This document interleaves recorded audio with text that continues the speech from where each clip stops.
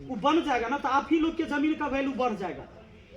वो जमीन का कीमत जो कल बढ़ जाएगा, वहीं पर दौरी दुकान सब शुरू करिएगा, आप ही करिएगा, क्योंकि बगल में आप ही का है। और ये पूरा समाज नाम लेगा कि आपने भी त्याग दिया, जिस जमीन को आप इतना दिन जोत रहे थे, खा रहे थे, कुछ भी कर रहे थे, लेकिन समाज के नजर में रहिएगा। लेकिन अगर आप 5 व्यक्ति के वजह से अगर नहीं बना, विकास का कार्य रुक गया, तब पूरा समाज हमेशा आपको कलंकित करेगा।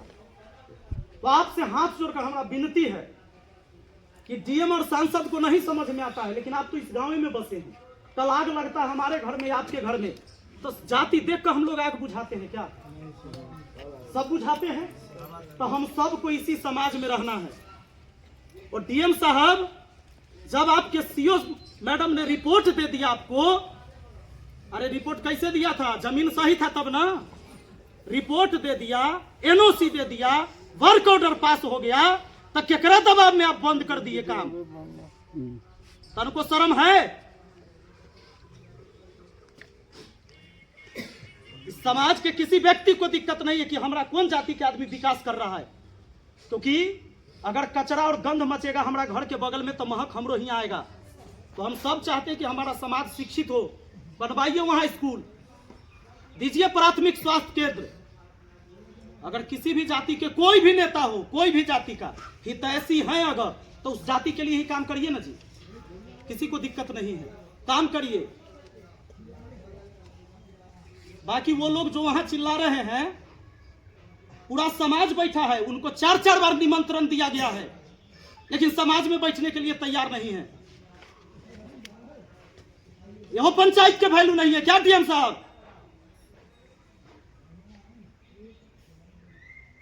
संविधान है कुछ? पंचायत का कोई अधिकार है कि नहीं है? अरे आप ही के जिला में ही आता है जगह, आपके जिला में है छुट्टी आकर यहां पर कभी पूछने के लिए, देखने के लिए? फरमान जारी कर दीजिएगा वहीं से। तो पहले आप सही थे कि अब सही है? पहले तो आपने एनओसी भी दिलवा दिया, वर्क ऑर्डर भी पास हो गया, और मुखिया को पंचायत की जानकारी नहीं दीजिएगा कि क्या बजट है, कौन काम करने वाले हैं। आपके अभियंता कहता है, एग्जीक्यूटिव कहता है कि हम आपको नहीं देंगे पेपर। अरे पंचायत सरकार होती है, पता है आपको? मेरे आगे माननीय लगता है, आपके आगे माननीय नहीं लगेगा। You are a public servant, तुम सिर्फ जनता के नौकर हो। और जब हम 11 तारीख को आएंगे, तो एक गरीब आदमी आपके सामने कुर्सी पर बैठेगा, एक मजदूर आदमी बैठेगा और अपनी समस्या को सुनाएगा। 11 फरवरी 11 बजे दिन में, याद रखिएगा, आ रहे हैं, और समस्या सुनना होगा। आप अपने कुर्सी पर बैठिएगा और आम जनता वो अपना कुर्सी पर बैठेगा। इस व्यवस्था से, इस संविधान से देश चलता है, और संविधान है बाबा साहेब भीमराव अंबेडकर का लिखा हुआ। उसी संविधान के वजह से आप कलेक्टर हैं, ना कि अंग्रेज का कलेक्टर है कि हुक्म दीजिएगा। अगर ये संविधान नहीं होता तो आप कलेक्टर नहीं होते, संविधान नहीं होता तो कोई SC ST का बच्चा कभी DSP और DM नहीं बनता। और उसी संविधान के वजह से आपको सैलरी मिलता है, अंगरक्षक मिलता है, आवास मिलता है, इन्हीं की समस्या सुनने के लिए।